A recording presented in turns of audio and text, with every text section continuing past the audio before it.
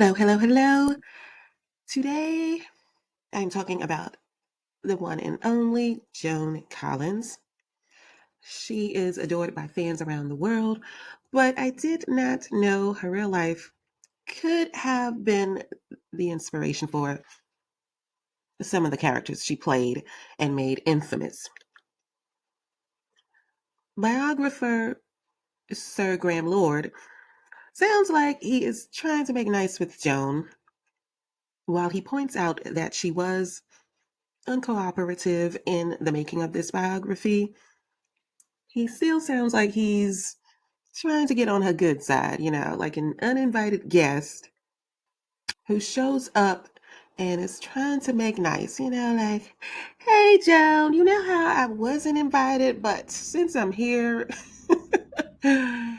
let's be friends. Now, she is most known for playing Alexis Carrington on the TV series Dynasty from the 80s. Most of her films are not Oscar worthy, but she made films.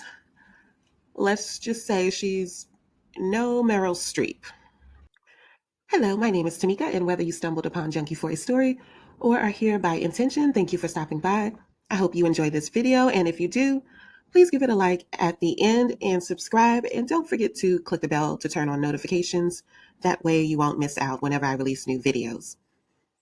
There will be a link in the description for the biography I referenced in this episode, Joan Collins, The Biography of an Icon by Graham Lord. If you want more information about the book, you know what to do. And now, back to the video. Joan had a way of rubbing people the wrong way. It may have been her beauty that was equal to few, or maybe she really was just a bitch. Either way, some in the industry thought that the fame and success was getting to her head. Actress Diana Dors said that one evening she and her husband were picking Joan up at her Harley house for a charity premiere. Joan kept them waiting for a while and eventually emerged from the flat with her mother in a foul temper. Joan had apparently had an accident with some nail polish or something. Instead of apologizing for being late, she proceeded to seethe and grumble about it, even blaming her unfortunate mother for the accident. Diana and her husband Dennis were not impressed with Joan's performance, saying that she was very spoiled, and they decided that they needed to take her down a peg and teach her a lesson. So the next day, Diana pretended to be a cinema manager, invited Joan to a premiere, asked if she would make a speech, and promised that she would be picked up by a limousine. Joan accepted, and on the appointed night, Doris said the car arrived to pick her up, and off she went, accompanied by her mother. Doris' husband, Dennis Hamilton, then telephoned the cinema's real manager to warn him that a stage-struck young woman was about to arrive at his cinema pretending to be an actress attending a premiere, and that her delusions had been causing a lot of trouble for some time. Now, I don't know. I think that's going a bit too far with the practical joke, but yeah, I can only imagine how peeved Joan was when she arrived. There was no red carpet, obviously, no starstruck fans waiting. But early the next day, Joan telephoned Doris in a rage, accused her angrily of being behind the practical joke, and screamed that Doris should pay for the car or she would sue her. Doris told her to send her the bill, saying the laugh was well worth the price. That story was told on pages 26 and 27. Joan married Max Reed on May 24th, 1952, after forcing her father to allow her to marry him, or she threatened to live in sin. Her father was wary of the worldly man who was 14 years older than his daughter. This was the start of Joan lying about her age publicly and forging a younger age on marriage certificates. She claimed they married in 1954, not 1952, so that she could say she was 2 years younger than she was. Joan Collins alleged that her first husband, who was a British actor who found success in Hollywood, raped her. She made this claim in her first autobiography. She then changed her tune in her second autobiography and kept the alleged rape out of her account of that marriage. The marriage lasted 18 months. Joan claimed in her first biography that Reed kept making demands to see her have sex with other men, and he wanted to watch. The final straw came when an elderly Arab man offered to pay her a large sum of money to spend one night with him. And she said, Reed added, and I can even watch. Joan said she burst into tears, screamed never, rushed out of the club, and took a taxi back to her parents' home. Legally, she was unable to divorce Reed until they had been wed for 3 years. She claimed he extorted money and jewelry from her under the false pretense that he would return the nude photos he had of her, which, if leaked to the press, surely would have ruined her career. His career was stalling by this time, and he told her he was broke. Like a good wife, she obliged, but according to Joan, he never returned the photos as promised. While, Re- while waiting to receive her divorce from Reed, she began dating silent film legend Charlie Chaplin's son, Sidney. He even introduced her to the film legend and their family, which she remembers being induced to tears on the last night after saying she thought Hitler was hilariously funny. I hope she knows not to make that mistake again. After meeting his family, Joan introduced Sydney to hers, and things seemed to be getting serious between the two. She expected him to follow her to Los Angeles when she left England in 1954, but that did not happen. She sought the advice of professional husband collector actress Zsa Zsa Gabor. Joan was clearly a beautiful and sexy woman, but no suitors were proposing to her, which is what she needed to uphold a respectable image in Hollywood. Gabor said about Joan that she was like a man herself. Basically, she was doing the chasing instead of letting a man chase her. Joan solidified herself as a fun girl in Hollywood by having a three-night stand with the king of calypso music, Harry Belafonte, months after he married his pregnant girlfriend. The adulterous affair didn't last long, as they both agreed it would ruin both of their careers. In spite of her home record reputation, Collins claimed to have never been on anyone's casting couch and swore she had never slept with a man older than 42 years old. She is the only celebrity I've heard of to have engaged in semi-platonic relationships. Now, that's a new term for me. That's how she referred to one of her relationships, which I'm not quite sure what she meant by that, but yeah, semi-platonic. Okay. Joan began dating her first real boy toy, Warren Beatty, in 1959. They went to bed on the first night and became inseparable. He introduced her to his parents, and she risked her career to by turning down a role in Sons and Lovers, which may have labeled her a serious actress and changed the trajectory of her career at that point. She turned down the role, letting her insecurity about leaving Beatty alone dictate her career. After 4 months of dating, they were already planning their wedding and shacking up. Although not all of Beatty's friends were fond of Joan, some of them saw how right she was for him. Joan eventually became pregnant and was excited to become a mother. However, the ambitious Warren Beatty encouraged her to have an abortion, which was illegal in those days. because a baby would ruin his career at a time when it was just taking off. The relationship was doomed by reports of cheating from both stars.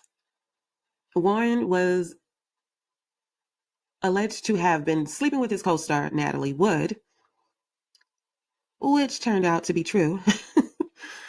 And he accused Joan of the same when she was away filming. It made for salacious fodder in the papers, even though they were engaged and the studios still had morality clauses in those days to coerce their stars into good behavior. She was obsessive and torrent in love with Warren Beatty. She even flew back and forth from Italy to the States, which upset the film crew that she was working with when she was filming a movie in Italy to check up on her fiance, who was suspected of having an affair with Natalie Wood.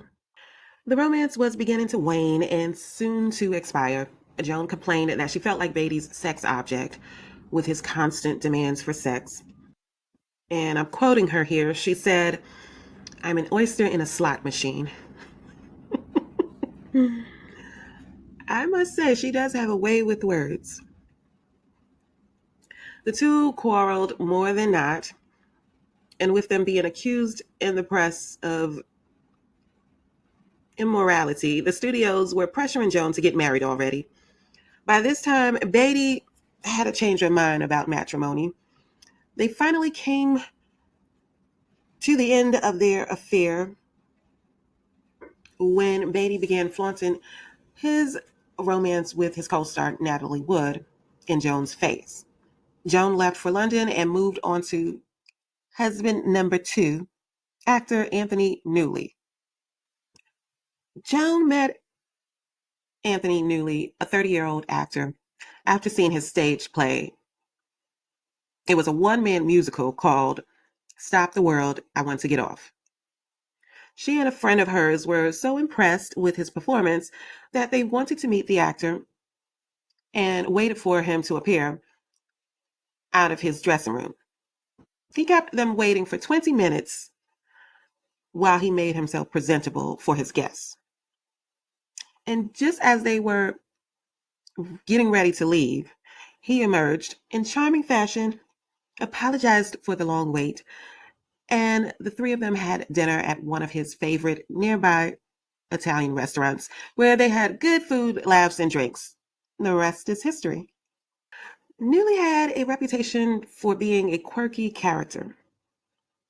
He protested in song that he was selfish, empty, and incapable of falling in love. This proved to be a challenge that Joan was willing to take on. He had been born a failed abortion in a Hackney slum workhouse, the illegitimate son of a married second-hand clothes salesman and a poor Salvation Army spinster. He had been abandoned by his father, spoiled, and then abandoned by his mother, and evacuated at the age of 8 to a country village during the war, where he had to live with a couple he hated.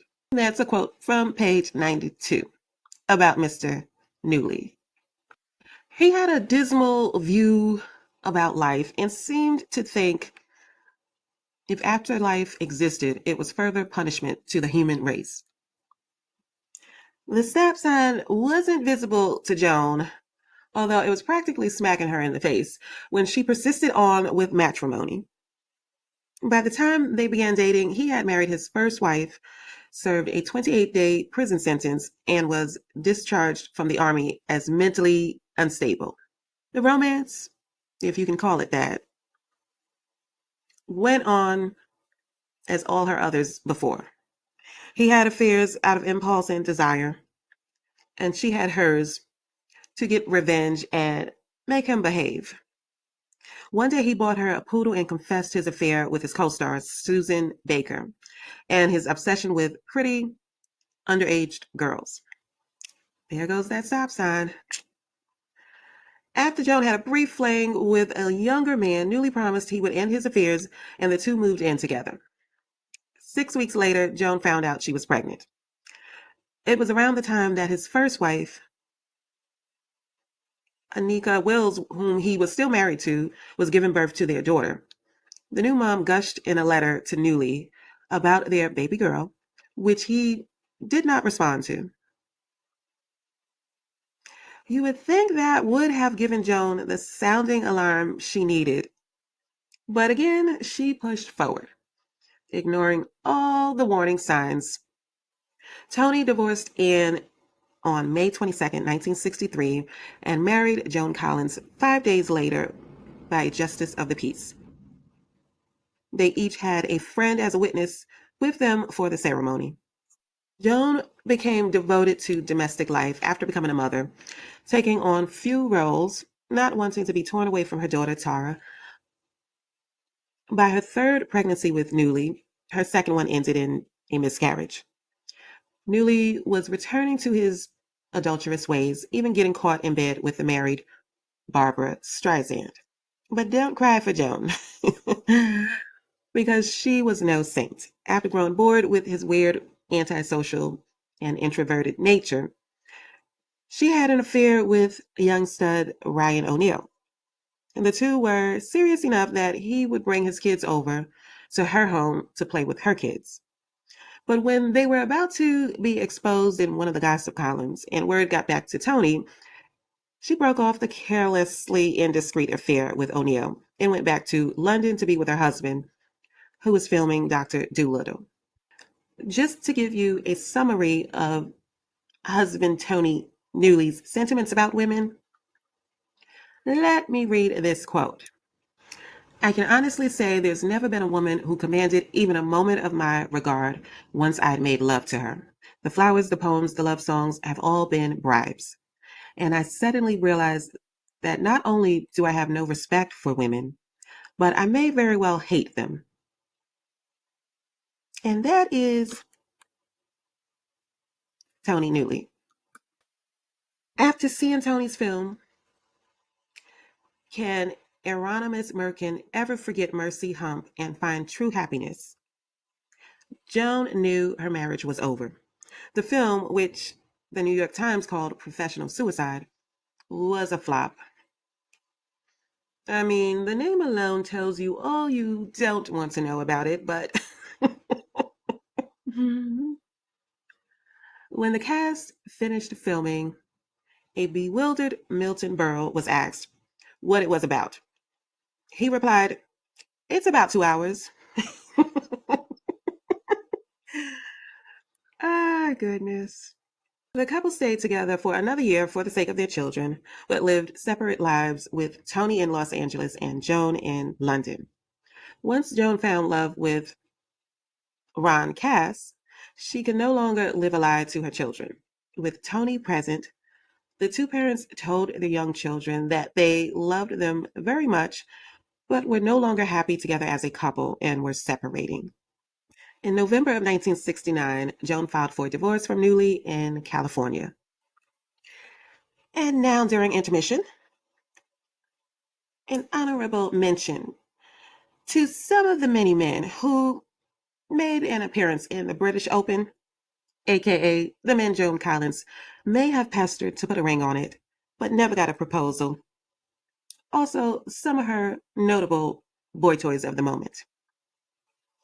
There was actor Dennis Hopper, composer Buddy Bregman, playboy Nicky Hilton of the Hilton Hotel Empire, Jason, James Mason, the son of a PR exec, John Eric Hexum, a TV actor, Sir Gordon White, who the press thought she would marry to become Lady White.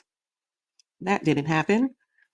Comedic actor Dudley Moore, Muck Flick, heir to the Mercedes-Benz fortune, Roy Wiggins, and last but not least, actor George Hamilton, just to name a few. And now on to husband number 3. Joan devoted her time to motherhood and reviving her dormant acting career. Ron Cass received her father's approval because of his good manners and he was financially stable. Joan's divorce from Newley was finalized 2 years later in August. She was allegedly content with living together with Cass, but when she found herself pregnant again, she decided a baby should not be born out of wedlock, and the two married on March 11th, 1972. She gave birth to their baby girl in June of that year, cementing their Brady Bunch collage with his three sons from a previous marriage. Joan was being called the queen of the horror flicks by this time for her many appearances in down-market films and enjoying married life as a kept woman. For real this time. During the beginning years of their marriage, both Joan and Cass bragged about their great sex life and how in tune they were with one another. But then Cass became jealous of her history with previous lovers. Then Cass accepted a position as head of Sagittarius Productions in Los Angeles and told Joan that they were leaving London. Joan always had a mistrust for the astrological sign and was wary of the move, but followed her husband back to the U.S. They mortgaged a big home on Charlotte Drive, had a farewell party with their London friends, and left for California in May of 1975. This would be the beginning of the end for the Collins-Cass marriage, although this was a blissful marriage compared to her previous ones, the way she described it in the early years. Cass was terminated from his position 4 years later when his drug habit interfered with his work. To make matters worse, Joan found out that Cass sold nude pics of his Hollywood wife to adult magazines. I guess by that time he was low on money and needed to feed his drug habits. So. They separated in 1983. With three kids to care for and in desperate need of a fat paycheck. Fast. Joan began writing her autobiography in 1976.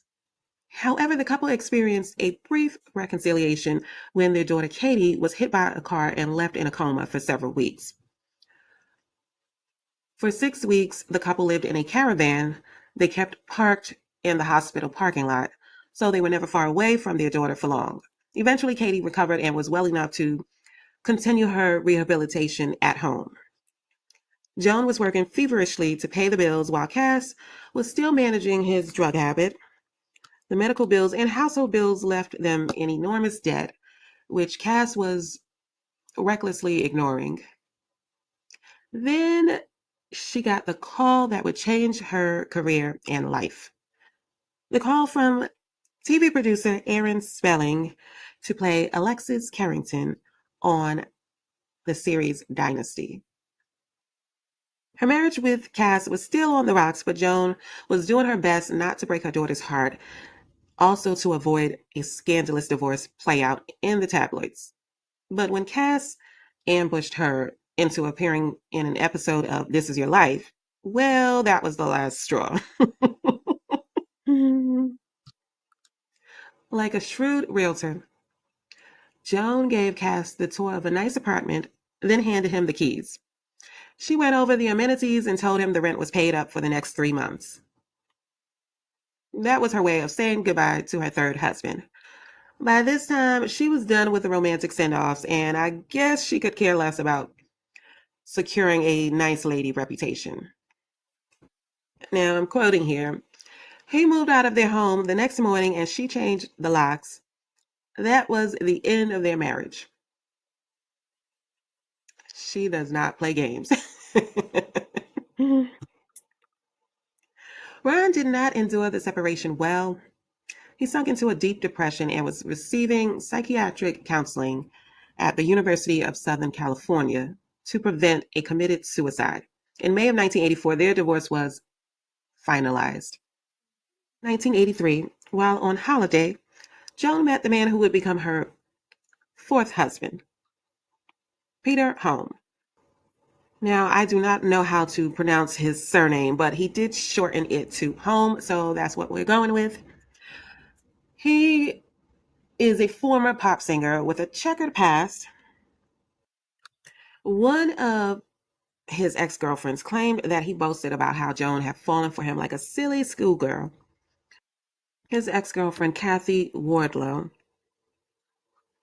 claimed that he and admitted that he fleeced Joan right from the start, bugged her house, and recorded all her telephone conversations so that he could control her and her friends. He did not have a good reputation with his ex girlfriends. And yeah, he was another no good man that Joan attracted. He was a known swindler who bragged about being with Joan for her money. The fool that the middle aged star was, she gave him complete control of her finances and career. He had her home bugged to blackmail and extort from her and her Hollywood friends. Her family and friends all tried to warn her about her new boo, but like a schoolgirl receiving attention from the high school jock, she relished in his contrived affection. He even pushed her 11-year-old daughter out of her mother's life and would not allow her daughter to speak to her father Ron when he would call their home. However, things weren't all bad with Peter. He did encourage his wife to star and direct her own projects so she could earn more money. They even started a production company together, Gemini Star Productions. In December of 1984, much to her family and friends' chagrin, Joan accepted Peter's proposal and 5-carat engagement solitaire diamond ring. Peter never stopped being unfaithful and was even indiscreet with his affairs. The couple married on November 6, 1985, after Peter's constant begging. He did sign a prenuptial agreement and exploited the wedding ceremony for financial gain, of course.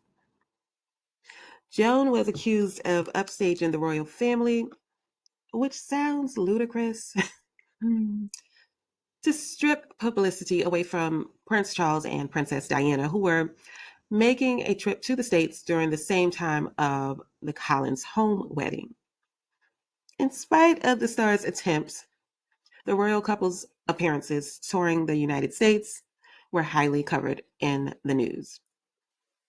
Joan was planning to throw a big party with over 150 guests. Holmes' girlfriend Sanderson was expecting the National Enquirer to pay for exclusive pictures, but they backed out of their agreement when the best man beat her to the punch with wedding photos splashed on the pages of News of the World magazine. Collins was still lying about her age at this time and set her birth date 4 years later, so it appeared she was 47 and not 42 at the time they married. Correction, she claimed to be 47 instead of 52. The marriage lasted 13 months. Home continued his affair with Suzanne Anderson even after she had a son with another man. His infidelity was making him paranoid about Joan and accused her of being too enthused with the kissing scenes she had with co star George Hamilton. She also claimed that he became violent and would threaten destroying her career if she tried to divorce him. Well, Peter Home was in for a surprise on December 8th when he thought he was meeting his wife for lunch, but instead was intercepted by a notorious divorce lawyer who served him papers. Joan then had the locks changed at their mansion and tossed his belongings into a pickup truck, not allowing him to enter their home to retrieve his personal items. In the divorce proceedings, she alleged fraud and irreconcilable differences. Because they lived in California, Holmes was entitled to 50% of her earnings and assets unless there was a prenup, which there was. However, Joan was not wanting to adhere to it. Even though Holmes did negotiate many of her lucrative deals in the past 2 or more years, she was trying to cut him out of the profits entirely. She said she feared for her life and was granted a restraining order. He could not even phone her, come near her or her children, her staff, or the mansion they once shared. To celebrate her freedom, she threw herself a huge party with her celebrity friends in attendance. After 4 husbands and a slew of young lovers, Joan engaged in a, are we calling this a relationship?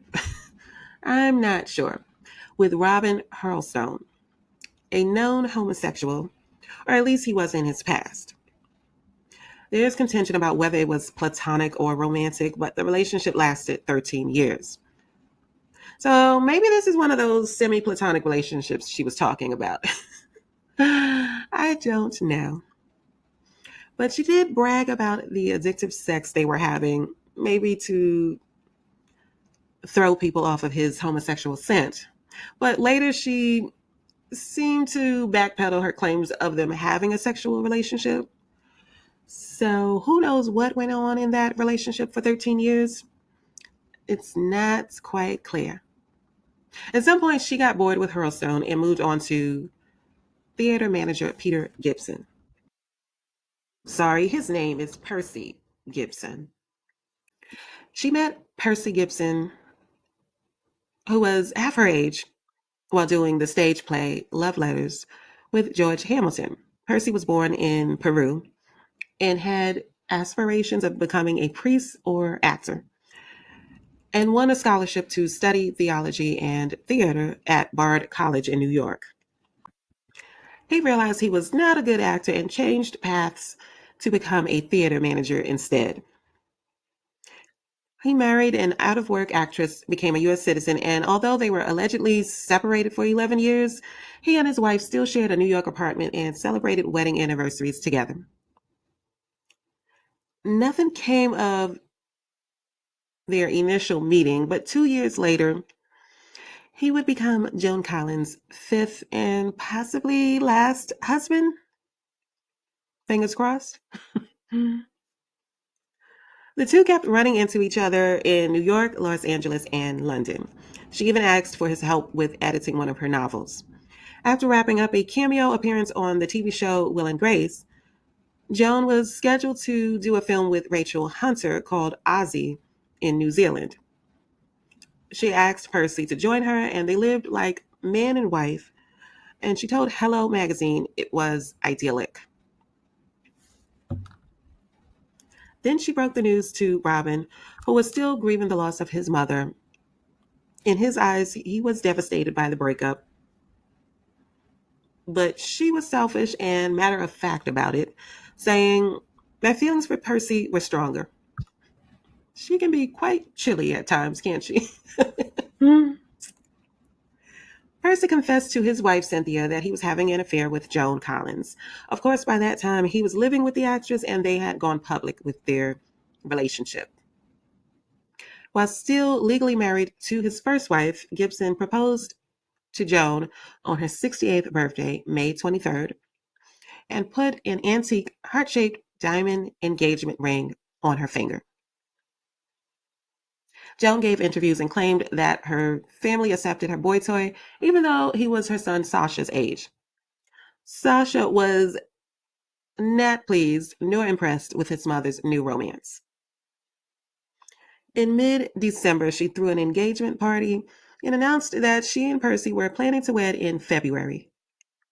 To cover some of the cost of the lavish wedding, the actress gave OK Magazine an exclusive 14-page spread with photos. The couple invited 180 guests, including some of their celebrity friends. The wedding took place at the Claridge Ballroom at 5 p.m. on February 17, 2002. The iconic star arrived fashionably late in a silk gown designed by Dynasty's couturier Nolan Miller, and Gibson wore a Buchanan tartan kilt in honor of his Scottish mother. Those close to her were nervous that she did not want a prenup.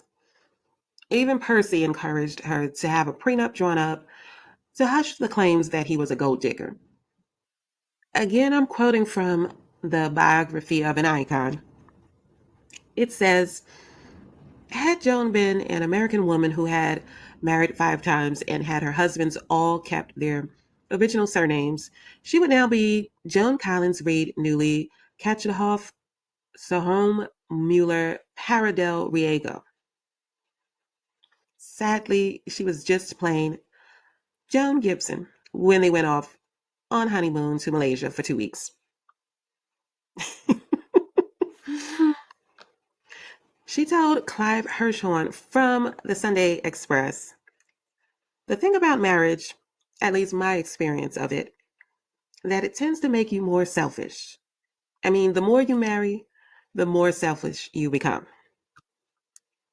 Well, if that's one's sentiments about marriage, you can see why Joan Collins found herself in her fifth marriage. Apparently, she got it right with this one because they have been married for over 20 years.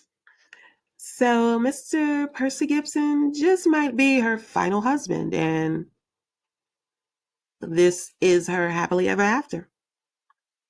She did celebrate her milestone birthday in May when she turned 91 years old. So I would say she's too old to divorce and marry a sixth time, but you can't be too sure with this dame. She is a different kind of lady. So I won't put a period on marriage for her. We don't know yet. But so far, so good. Well, that does it for Joan Collins. Thank you again for watching and listening. Don't forget to like, comment, subscribe. Joan Collins, she was most notably known for playing the infamous Alexis Carrington back in the 80s on the TV show Dynasty. And even on that show, I don't know if the writers were making fun of the actress, but she was known to marry frequently throughout the seasons of that series. Just to go over the many husbands she had on that show, she was obviously Mrs. Blake Carrington first. Then she became Cecil Colby, then Mrs. Dexter, and lastly, Mrs. Sean Rowan. I also remember there was at least one engagement, so yeah. Her character on Dynasty reads like the real life Joan Collins. But anyway, that's going to do it for me. Remember, there is a link in the description for the biography I referenced in this episode, Joan Collins, The Biography of an Icon by Graham Lord. And I will catch you in the next one. Bye.